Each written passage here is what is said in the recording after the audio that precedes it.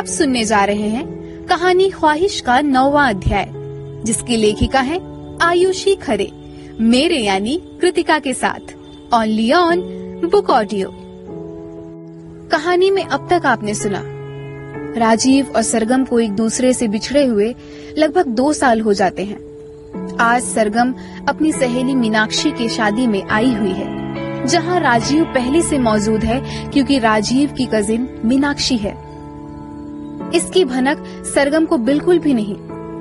शादी समारोह बीत जाने के बाद दोनों एक ही बस में चढ़ते हैं। सरगम सबसे आगे वाली सीट पे तो राजीव सबसे पीछे वाली सीट पर बैठा रहता है। सरगम राजीव को अपने ख्यालों में ढूंढती है तो वहीं राजीव सरगम को लगातार बस देखता ही जाता है।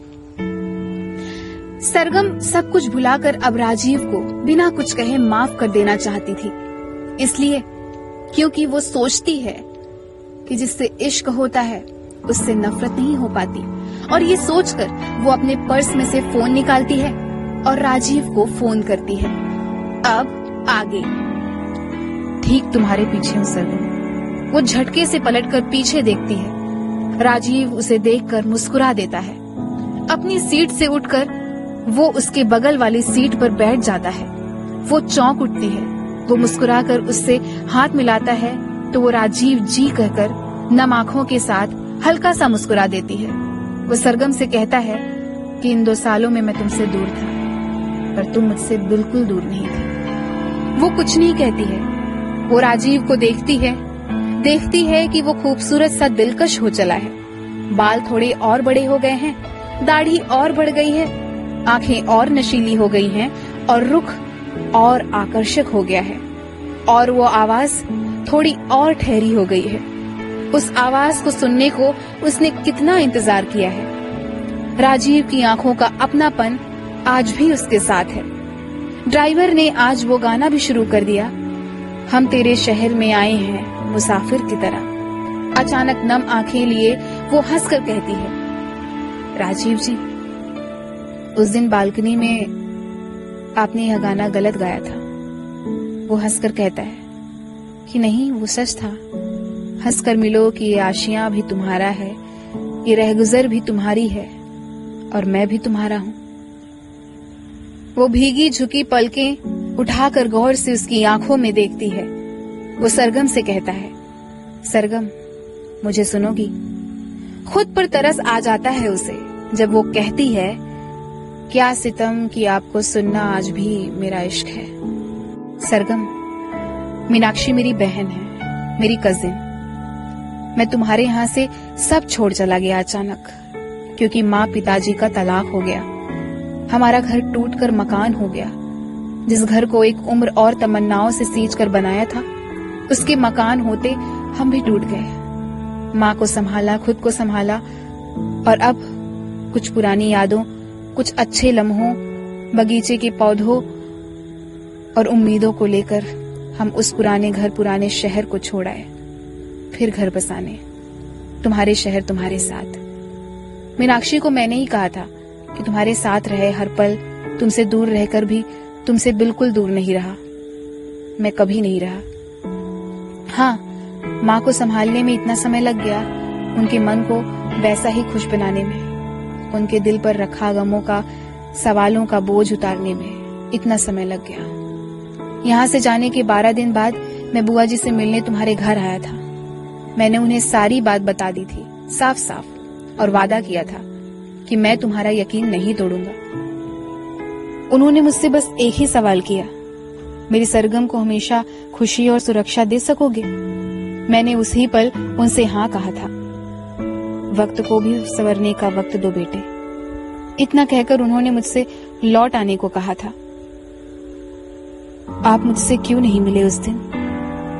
तुमसे नजरें मिलाने की हिम्मत नहीं थी मुझमें, न अपने हालात पर फिलवक्त यकीन। जानती हो सरगम, जब मैं तुमसे मिला था, हाँ, जिंदगी के वही पुराने समय में, जानती हो, उस कल में तुम हसीन थी, पर जानती हो इस आज में तुम और हसीन हो गई हो। ज़हीन, सिंपल, बेहद खूबसूरत। तुम्हारी आंखें जिनमें पहले शोखी और चंचलता झलकती थी, उन आंखों में अब सादगी झिलमिलाती है। उनमें एक बेहतरीन समझदारी नजर आती है।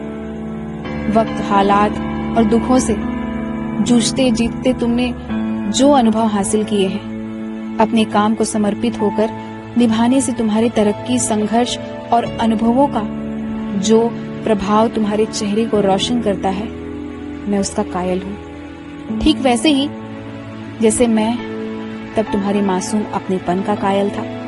जानती हो सरगम, जब 12 दिन बाद मैं बुआ जी से मिलने गया था, तब मैंने उनसे बहुत सारी बातें कही थी, पर जो अब तक मेरे जहन में रहा वो यह कि उन्होंने मुझे कहा था कि अब तुम्हें और न सताओ। जब तक अपने आप को, अपने हालात को संभाल न लूं, तब तक फिर तुम्हारे सामने न आऊं, न तुमसे संपर्क करने की कोशिश करूं। उन्होंने मुझे हिदायत दी कि अभी तुम्हारे और मेरे भी आगे बढ़ने की, कुछ करने की उम्र है, तो हम दोनों को ही वक्त दिया जाए। और यह भी कि मैं अगर तुम्हारी जिंदगी में अब तुमसे मुखातिब हूं तो तुम्हें हमसफर बनाने के लिए मानसिक और आर्थिक रूप से काबिल होकर ही, अन्यथा नहीं। न तुम्हें याद करके और न जताकर तुम्हें परेशान करूं, न तुम्हारी जिंदगी के मामलों में हस्तक्षेप करूं। और हाँ सरगम, तुम्हारी बुआ जी तुमसे बेहद प्यार करती हैं। उन्होंने मुझे यह कह रखा है कि तुम्हारी जिंदगी में आगे के सभी निर्णय सिर्फ और सिर्फ तुम्हारी इच्छा और सहमति से ही होगी, फिर वो हमारे बारे में क्यों ना हो। सरगम, मैंने बुआ जी की हर बात मानी, उनके हर बातों को सराखों पर रखा, और आज भी मैं तुमसे शर्मिंदा हूं कि मैंने तुम्हें इतने आंसू दिए और इतना सताया। पर यकीन करना मेरा सरगम, मैं वही राजीव हूं जिसे तुमने कभी चाहा था, और तुम्हारे अपनेपन का वास्ता मुझे, तुम चाहे आज मुझे अपने से दूर जाने के लिए भी कहोगी, मैं बिना एक शब्द कहे दूर हो जाऊंगा तुमसे। जिंदगी भर तुम्हारा शुक्रगुजार रहूंगा कि मैं इतना खुशनसीब हूं कि तुम्हारा प्रेम पाकर निखर गया। पर तुम अगर मेरा हाथ थाम लोगी तो अब कभी भी तुम्हें मायूस नहीं करूंगा। वहीं बस में राजीव ने सरगम से सब कह दिया। उससे बस इतना ही पूछा, फिर सरगम, मुझे बस 2 सवालों का जवाब दे दो प्लीज। क्या तुम मुझे माफ कर सकती हो? मुझसे शादी करोगी सरगम? सरगम ने राजीव से कहा, आपको माफ किया, आपसे ये सब सुने बिना भी मैंने आपको माफ कर दिया था। हाँ, मुझे आपने बहुत दुख दिए हैं, पर मैं आपसे प्यार करती हूँ। मैं जानती थी कि आपने मुझे छोड़ दिया है। ऐसे नहीं छोड़ना चाहिए किसी को भी, ऐसे नहीं दिल दुखाना चाहिए किसी का भी। पर मुझे इतना बस यकीन था कि आपने मुझसे बेवफाई करके मुझसे दूरी नहीं बनाई। मैंने जिंदगी के फैसले को स्वीकार कर लिया था कि आप मेरी जिंदगी के एक लम्हे में बनकर आए और अच्छी याद बनकर रह गए। आप पर मुझे तब भी इतना यकीन था और आज भी है। आपसे मैंने प्यार किया था राजीव जी, और हमेशा करूंगी। मुझे माफ कर दो सरगम, हर आंसू के लिए जो तुमने मुझ पर निसार किए हैं। तुम्हारे लिए मैं भी उतना ही तरसा हूं। वादा करता हूं कि तुम्हारी आंखों में कभी आंसू नहीं आने दूंगा। तुम्हारी खुशी और सुरक्षा का हमेशा ख्याल रखूंगा और जान से भी ज्यादा प्यार करूंगा। राजीव ने आंसू पोंछते हुए उसका हाथ अपने हाथ में लेते हुए कहा। जवाब में उसने राजीव का हाथ थाम लिया और उसके कंधे पर सिर रखकर धीरे से उसके कान में बोली, हाँ, मैं आपसे शादी करूंगी। सरगम, मेरे साथ मेरे घर चलोगी?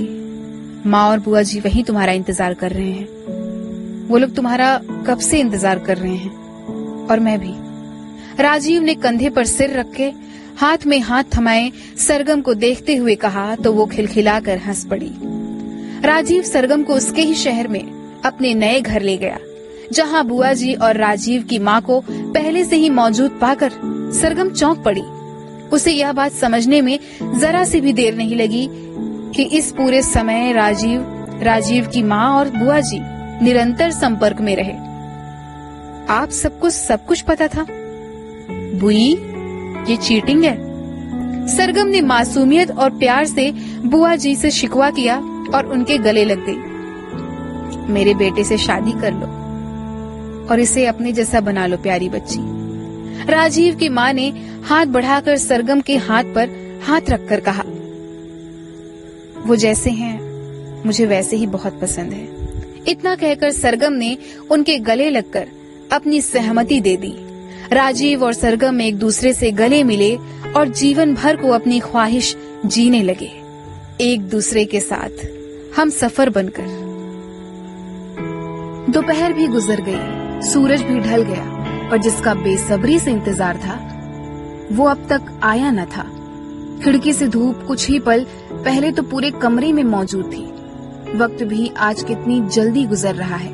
भौहें सिकोड़कर उसने वक्त से ऐसे शिकवा किया जैसे वक्त ने कभी उसकी मानी हो। आईना उससे मुखातिब था। धूप उसके सारे उतार चढ़ाव आईने के सामने पड़ रही थी। उसे याद आया कि कुछ हजार दिन गुजर जाने के बाद अजीज दोस्त से पूरे पति बन चुके शख्स ने बीती रात ही दूसरे कमरे से आती पीली रोशनी और बिस्तर की सतह को छूती खिड़कियों से आते स्याह अंधेरे के समावेशी माहौल में उसके देह को इंच इंच अपने आगोश में लिया था। दिन की भरपूर रोशनी में आईने के सामने सुबह के नर्म झीने कपड़ों में खड़ी वो अपने बालों को कंधे के एक तरफ रखते हुए ढूंढती रही। इस मिलन की जीवंतता से उसे लजाने वाला एक भी निशान उसे नहीं मिला, न देह पर न दिल पर। आज उसका जन्मदिन है, उसे यह याद है। उसे नहीं पता उसके पति को याद है या नहीं, पर उसे यह यकीन है कि उसकी ही तरह एक और शख्स को उसका जन्मदिन याद है। हर बार हर जन्मदिन एक लिफाफा उसके दरवाजे पर उसे मिलता, बिना किसी शब्द के, बिना किसी नाम के। यह लिफाफा खोलना उसके लिए बेहद अजीज हुआ करता, क्योंकि इस लिफाफे में उसे रात रानी के 3 महकते हुए तरोताजा सफेद फूल मिलते। यह तोहफा उसे सिर्फ उसके जन्मदिन पर ही मिलता, वो भी घर की देहरी पर चौखट के सहारे टिका हुआ। पर आज उसे अब तक दरवाजे पर लिफाफा नहीं मिला। लिफाफे के ख्याल से अपने जीवन के वो 22वें खिले मौसम की एक शाम उसके ख्यालों के शहर में घूम गई, जब सफेद फूलों से लदी लंबी फैली शाखों वाले पेड़ के नीचे उस शख्स के बाएं हाथ को अपने दाएं हाथ से थामे उसके कंधे पर वो सुकून से सर टिकाए बैठी थी, जो उससे प्रेम के अलिखित करार में था। शख्स कायदों के बंधन से उसका अपना नहीं था फिल वक्त, हालांकि गैर कतई नहीं था। उसकी तुलना में कुछ ज्यादा उम्र की संजीदगी उस शख्स की आंखों को खूबसूरत से रोशन करती थी। दफतन एक ख्याल पर वो सीधे होकर उसके सामने बैठ गई। मुझे तुमसे प्रेम है, मैं तुम्हारी नहीं हो सकती। आज मेरा जन्मदिन है, फर्ज करो प्रिय, मैं इस शाम तुमसे ये 3 बात कहूं और यह हकीकत हो, तुम क्या करोगे? शख्स की आंखों में संजीदगी नुमाया हो आई। उसने गौर से लड़की की आंखों में देखा। सतह से गहराई तक बस हकीकत ही नजर आई। वो उठ खड़ा हुआ। लड़की भी हैरानी के साथ खड़ी हुई। शख्स ने जरा ऊंचा उठकर शाख से तोड़कर रात रानी के 3 फूल प्रेयसी की हथेलियों के घेरे में सौंपते हुए कहा, तो मैं तुम्हें यह 3 फूल सौंप दूंगा। 3 फूल? पहला फूल, मैं सदा से तुम्हारे प्रेम में हूँ। तुम मेरी आत्मा के अंतिम छोर तक समाई हो, वैसे ही जैसे तन में आत्मा और सांस, जैसे यह रात रानी के फूल में रंग और सुगंध। दूसरा फूल, मैं तुम्हारा रहूंगा, प्रेम पाने के बंधनों से सदा ही मुरझाया है, इसलिए यह इकरार है कि मैं तुम्हारा रहूंगा और तुमसे बदले में साझा वादा नहीं चाहिए। तीसरा फूल, तुम्हें याद करूंगा, तुम याद रहोगे। हथेलियों में 3 फूलों की नरमी से छुपाए हुए उस शख्स के सीने से लगकर उसने यह एहसास किया था कि प्रेम सुकून है। उनका प्रेम पाक और ज़हीन किस्म का था, जिसमें रूहों का ताल्लुक और दायरे छुअन के सभी आकर्षणों पर हावी थे, जिसमें इज्जत खुद ब खुद मौजूद थी। उससे नहीं मिलने का शिकवा गम बनकर उसके जहन में नहीं ठहरने दिया था उसने। आज वो 35 साल की हो गई है। आज का जन्मदिन उन दोनों के लिए खास है। उसके जहन से अब तक गया ही नहीं वो पल जब उसने कहा था, जब तुम 35 साल की हो जाओगी ना, तब फिर देखने आऊंगा तुम्हें। यह उनके बीच हुए निर्बाध संवाद का आखिरी वाक्य था, जिसके बाद रास्ते कभी नहीं मिले, न साथ चलने को न पार जाने को। आखिर वो पल आ ही गया जिसका उसे बेसब्री से इंतजार था। उसने गुलाबी लिफाफा थामे उस शख्स को अपनी ओर आते देखा। उम्र में बड़ा हो गया है, पर चेहरे का नूर अब भी उतना ही दिलकश है। आंखों की सादगी अब तक सुकून है। कदम दर कदम आगे आते आते वो उसके सामने आकर खड़ा हो चुका है। उस दिल अजीज शख्स ने लिफाफा पकड़े अपने हाथ को उसकी ओर बढ़ाया। उसने लिफाफा ले लिया। लिफाफा खोल कर देखा तो रात रानी के 3 फूलों की महक सांसों तक पहुंच गई। उसने बिना कुछ कहे मुस्कुरा दिया। सामने खड़े शख्स ने एक मुस्कुराहट उसे सौंप दी और मुड़कर वापस चला गया।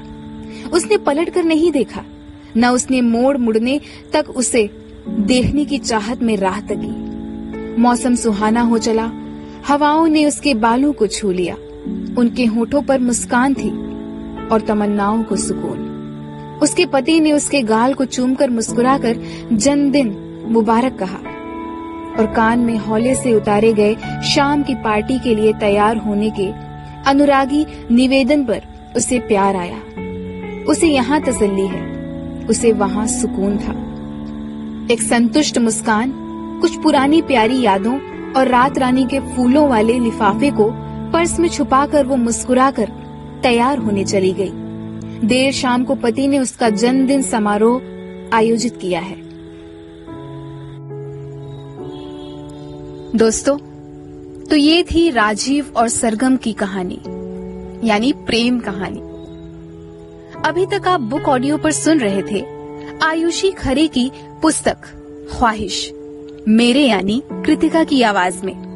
उम्मीद है कि ये कहानी आपको पसंद आई होगी। मेरी आवाज में और भी किताबें सुनने के लिए सुनते रहें सिर्फ और सिर्फ बुक ऑडियो।